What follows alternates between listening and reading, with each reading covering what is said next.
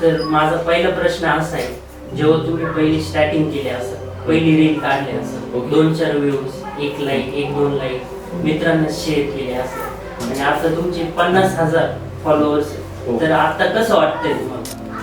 नाही, ऍक्च्युली विषय कसा आहे की तसं बघायला गेलं तर मी खूप आधीपासून स्टार्ट केलं होतं. तर आता हे जे 50,000 मला फॉलोअर्स भेटले, हे माझ्या हिशोबाने मला कमी वाटतं. कारण असं की माझी मेहनत ज्या टायमाला सुरू झाली होती 2016 पासून, 9 ऑगस्ट 2016ला मी माझं पहिलं यूट्यूब चॅनल ओपन केलं होतं, आणि त्यापासून मी सतत कंटिन्युअसली वर्क करत गेलोय. 1 वर्ष मी कंटिन्युअसली यूट्यूबला मोठी ब्लॉगिंग सुद्धा केली. आजही माझ्या चॅनलवरती 365 दिवसाचं चॅलेंज अवेलेबल आहे, मी कधी जाऊन बघू शकता. मी हिंदीमध्ये स्टार्ट केलं होतं, त्यानंतर हळूहळू जसं आपल्या आजूबाजूच्या परिसरानुसार जे आपल्याला बोलत गेले, तू असं नाही असं केलं पाहिजे, तर तो हिशोब करून मी थोडी इम्प्रूव्हमेंट करून मी मराठीमध्ये